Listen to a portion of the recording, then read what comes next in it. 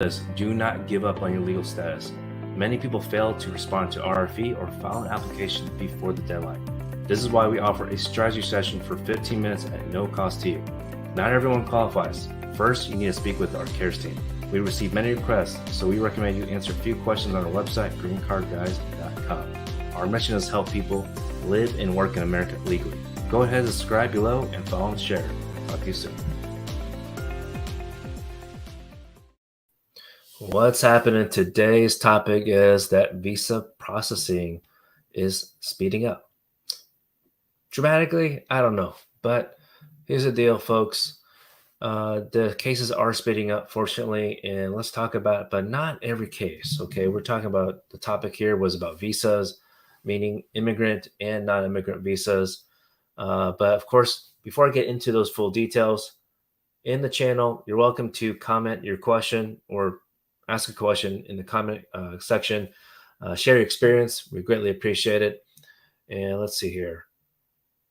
And also, if you didn't know, we do offer a strategy session for 15 minutes at no cost to you, really help you point you in the right direction, or maybe to confirm if you did something wrong or you didn't do anything wrong, and you're just waiting for USCIS or wait for the visa, and maybe what you can do about it, maybe some solutions. But there is no pressure to hire us. We just want to share information, and you make the decision what you need, essentially, because we think knowledge is power. Now, we do have an office in Houston, Texas. We're legit. We're a real law firm. And if you go to our website or go to our Google page, if you type in search Ting Law Group, you'll see there's an office in Houston, and you should be able to see that there's one in Dallas as well. But if you want to have an in-person consultation, you happen to be in town, let us know. We're happy to hang out and answer your questions that way as well.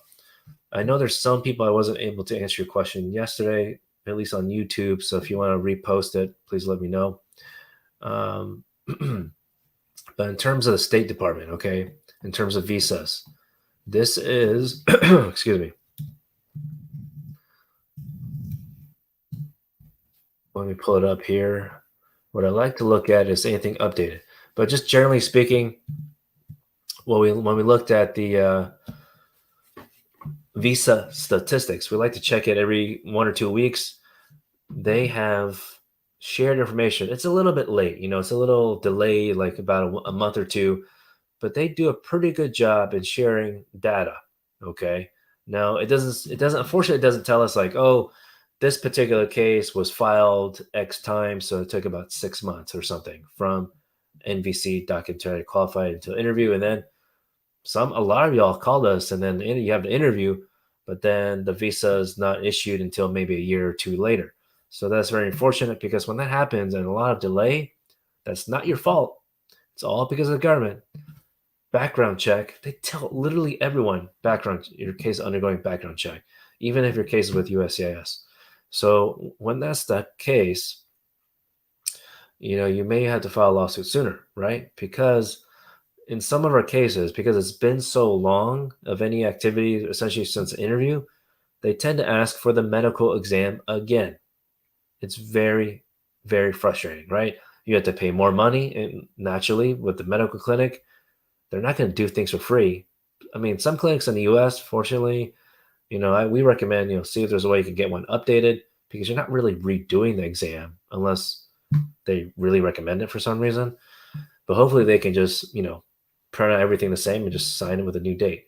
And then sometimes they even ask, well, then you have to pay the immigrant fees again. Ridiculous. All because the government was slow. So, but yeah, in general, cases, it does seem to be a lot more visas issued, but at the same time, kind of like a typical lawyer answer, it depends. We don't know exactly when those cases were filed. So we don't know how long people have been waiting for it to finally get the visa issued to you. Okay, so let's see here. Again, if you have any questions or want to share your experience or comments, definitely welcome to do it down below here. See one from, oh, this is interesting. I'm looking at the visa news with the State Department. And let's see here. There's one most recent about, I have to say nonsense. There's one here I can share on YouTube, but I'm not sure able to share on the screen for TikTok and whatnot and Insta. Okay, so here it is on YouTube and Facebook at least. Okay, I'm looking at the U.S. News website, and one of the more recent ones is from June 8th, so not that recent, but not too far off. The title is Facilitating Travel and Safeguarding National Security. They have been more and more stringent on this when the person's abroad, okay, outside the United States. And unfortunately, I mean, what they're trying to say is we're trying to efficiently process visas as best as possible and reducing the time required for AP, administrative processing. But we all know that's likely not going to happen. I mean, they say they're trying, but administrative processing does include a lot of different things, which they have noted here. A range of possible additional steps may be required depending on the applicant's individual circumstances. Essentially, it includes like national security vetting. It's ridiculous, and they said they have new technology. It's 2023, folks. What kind of new technology are they asking for here? But anyway, that new technology will help reduce the number of visa applications that would be in administrative processing for security grounds, while upholding the strict national security protections. This is all to appease the conservatives in America, because now we can use this as evidence, or they can in Congress to say, look, we are trying to be more stringent on national security. But unfortunately, when that happens, some clients could get stopped because of national security reasons. And unfortunately, when they just tag national security on as an inadmissibility ground, there's nothing you can do about it. Okay? There's nothing you can do. One thing we could do possibly is file a FOIA, Freedom of Information Act, to Department of State and ask for any documents they may have, information they may have on that person, on the applicant. Because, for example, if you're here, you just had this happen to you, and that's right, Skeeter. Wake up, people. The government doesn't care. They sure don't. It doesn't matter what the topic is. The topic could be in favor for Republicans. The topic could be in favor of Democrats. In general, we, the people, need to start fighting for our lives, essentially, okay? You need to fight for your rights, and that's what we're trying to do, at least in the context of immigration cases, to file a mandamus lawsuit when the time is right. Now, this whole thing about administrative processing and time period, I know some people are like, well, it's only been 4 months, it's only been 3 months since the interview. For me, I don't care so much. I just don't think that we should allow the government to continue just pushing people around and being bullies on and say, oh, you have to wait, quote unquote, 6 months. That's like the old unspoken rule, I guess you could say. It's not on any website that I've seen from the government, especially the State Department. But people are concerned about that. I know many lawyers say, oh, you got to wait 6 months. I have no idea what the hell they're talking about. The embassy of, for example, like I was looking at the Islamabad embassy in Pakistan, their website itself says 2 months, 60 days for administrative processing. So whatever the hell they got going on in there, it's ridiculous. They got to figure stuff out. And they won't figure it out if there's not any lawsuits. So I know my colleagues and I are filing lawsuits anywhere, but at least with Pakistan, because, man, they have too many people delayed. Way too many people. Okay, folks. So off my rant now. But essentially, if you're considering to file a new case, I don't want to say it's not worth it, but I would hate that if you already got tagged with national security ground and admissibility ground, it's really, I would think, important to know, well, how do they come to that determination? And of course, the government will try to hide that information. So if anything, try any avenue possible to get that.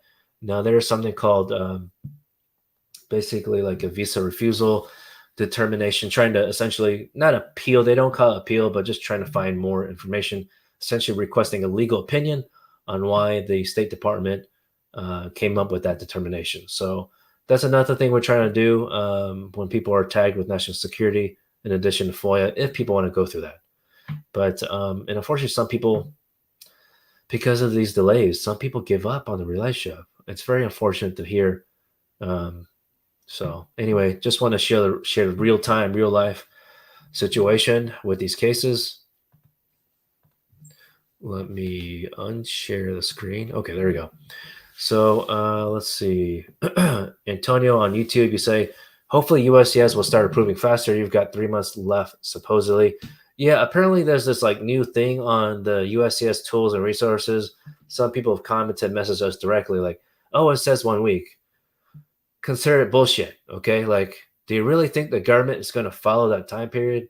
I don't I don't know. I mean, they're trying to do like I'm not sponsored by Domino's, but it appears they're trying to do like the Domino's pizza tracker, but Domino's spent millions apparently.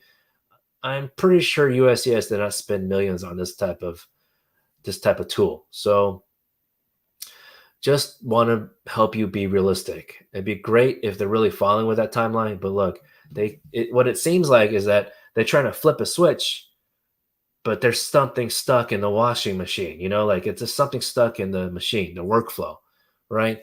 Can they really look if they tell you 3 months, they tell you 1 week? I don't know how they can figure that out, right? But the case files goes from the service center, right? Essentially, or it goes to the local office. A USCIS they receive the file, send it to the service center so it can get redistributed, and then get resent, eventually sent to the field office, right?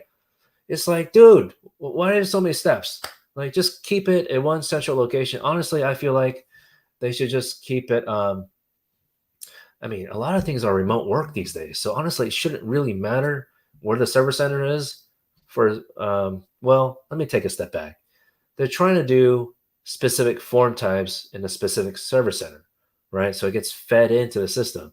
I think in general, they should just say literally any case type, especially if there's talking about efficiency. One way is that depending where you live in the country, that application is sent to that server center. Because the way they've done it now is based on specific case type. And sometimes within that case type, depending where you live, the file gets sent to two different server centers, depending where you live. So like to kind of do like two strategies in one, two different workflows in one. Yeah, it's just kind of mind-boggling to me. I think about workflow for my team all the time. So I don't know. Maybe one day I could be a USCIS director for like a couple days and I'll bounce out. But let's see. Yeah. Yeah, Antonio, I'm sorry, buddy, but yeah, just want to share a bit more realistic. It's such a recent thing. I believe they updated about 1 or 2 weeks ago. So even sometimes when policies change for intended for the better, sometimes when we've asked these officers who are interviewing our clients, I try to ask them on the side, hey, what's going on with this? And some people are like, I have no idea. Like they're just like right there with us. They have no idea. So it hasn't trickled down to them, right? When they started waiving interviews, for them, they're like, hallelujah. They spend less time on cases, less work for them inherently, maybe more work for other people in the government, USCIS, but that kind of give you an idea, right? Essentially, things could be faster, but there's hella slow.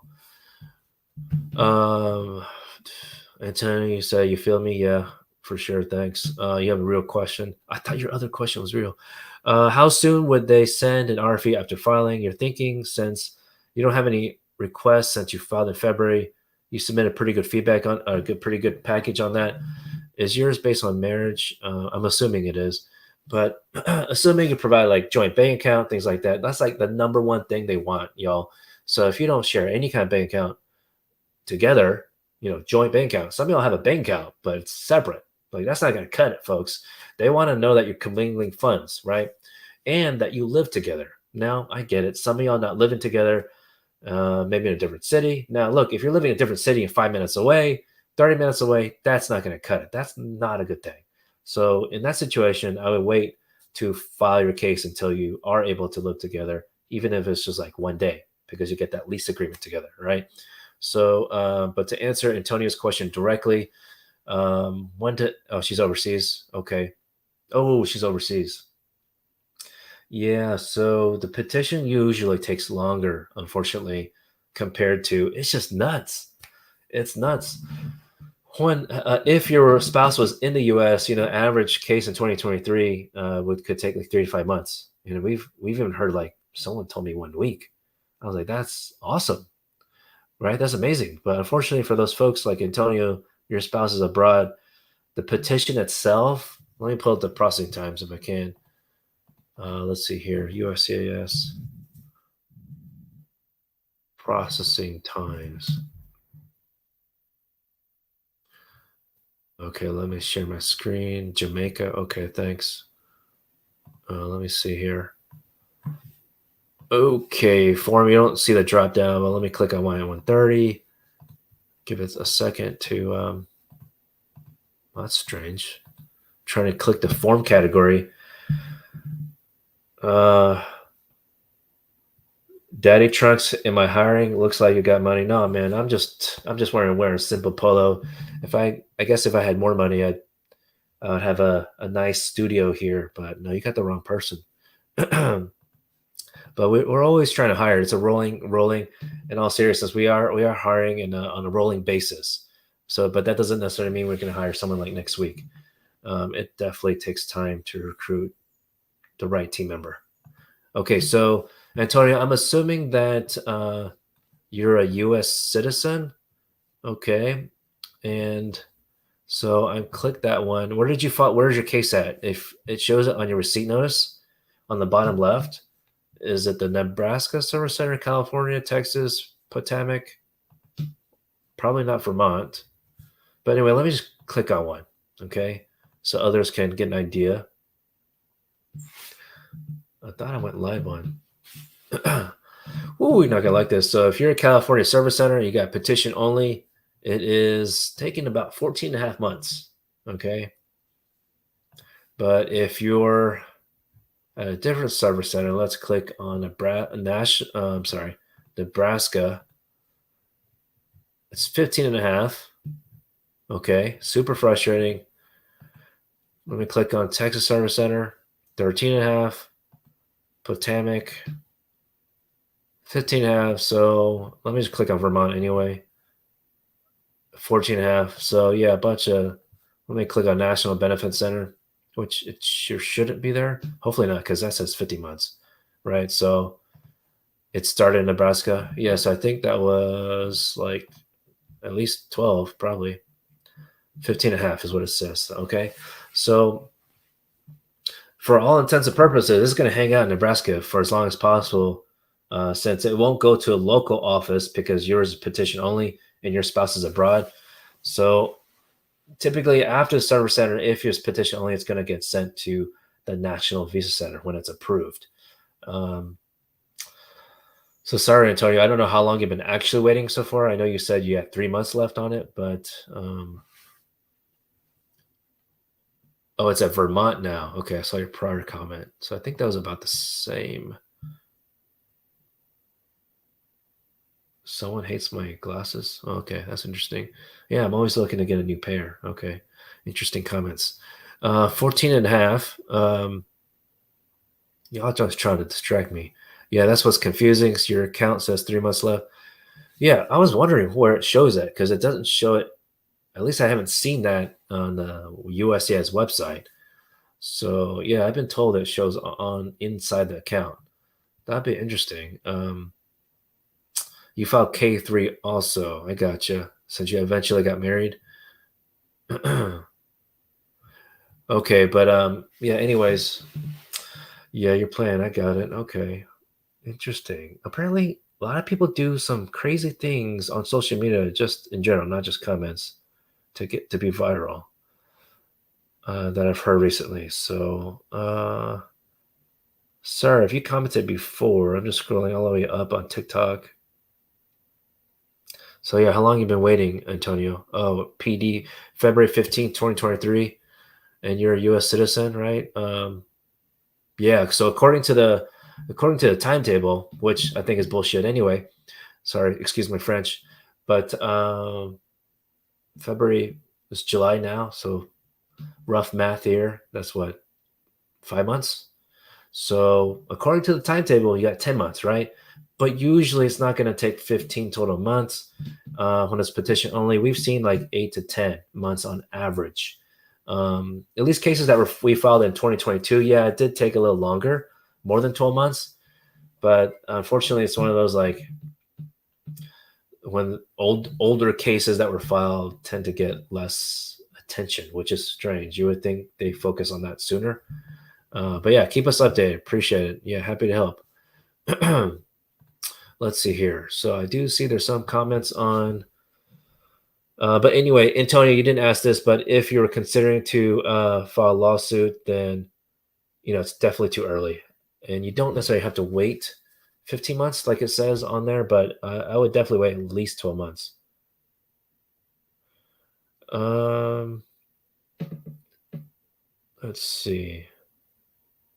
Someone said something about their family escape from Cambodia. Okay, there it is.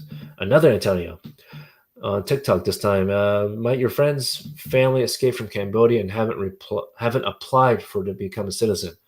So hopefully they're eligible. Now for the N400. Um, they probably have something like refugee status from a long time ago. I don't know. I can't remember what decade that was, but was that my history lesson? My history teacher would not be happy. I'm assuming it's because what's it called? But anyway, yeah. Hopefully they're eligible. Okay, happy to help. They thought they didn't have to. Oh shoot. Interesting. That's an interesting. Thanks for sharing your friend's experience on that because yeah, I always wonder why some people are still residents, for example, or still like in refugee status. But yeah, maybe they didn't know about it. But yeah, they certainly didn't know because unfortunately, I know of people that entered America, because of the war and whatnot. Which I mean, this is just in general, but maybe they had residency, but then they committed a crime or allegedly committed a crime, but eventually, unfortunately, it turned into a conviction. Then that could hold someone back from becoming a citizen. So yeah, for Antonio, your buddies or your friends, family, please encourage them to become a U.S. citizen. Okay. And plus, every party needs their vote. Mm. By the way, if you enjoy the way we share content, answering questions here, please, if you're on TikTok, tap the screen or share our video. And on YouTube, do something similar like click and subscribe. My marketing team tells me that's very important so that our channel can grow. But honestly, it's a vanity metric for me. But if it makes me feel better to go live every day, so I know that people really need the advice. CEO, is that a Bezos picture? You lived in overseas for a year. During the 3-year period on GC, can you apply for citizenship if you still have strong reason for being outside the US? Ooh, USCIS doesn't give a shit, to be honest, because a lot of people told me, especially after the pandemic, people say, um, look, my work forced me to work abroad. USCIS doesn't give a shit. Okay, just got to be honest with you. So you can provide the evidence, but to see if that could work. But that's usually a situation where someone's still abroad. So CEO born in 64, it sounds like you're already in the US currently. So if that's the case, you're already in the US, maybe you have a better chance. We would need to definitely look at your dates and everything like that, travel dates. Um, but yeah, they'd sometimes with USCIS regarding N400, it's very specific to dates, and it's not so much about like your reasoning. Um, so hopefully that helps. But let's see here.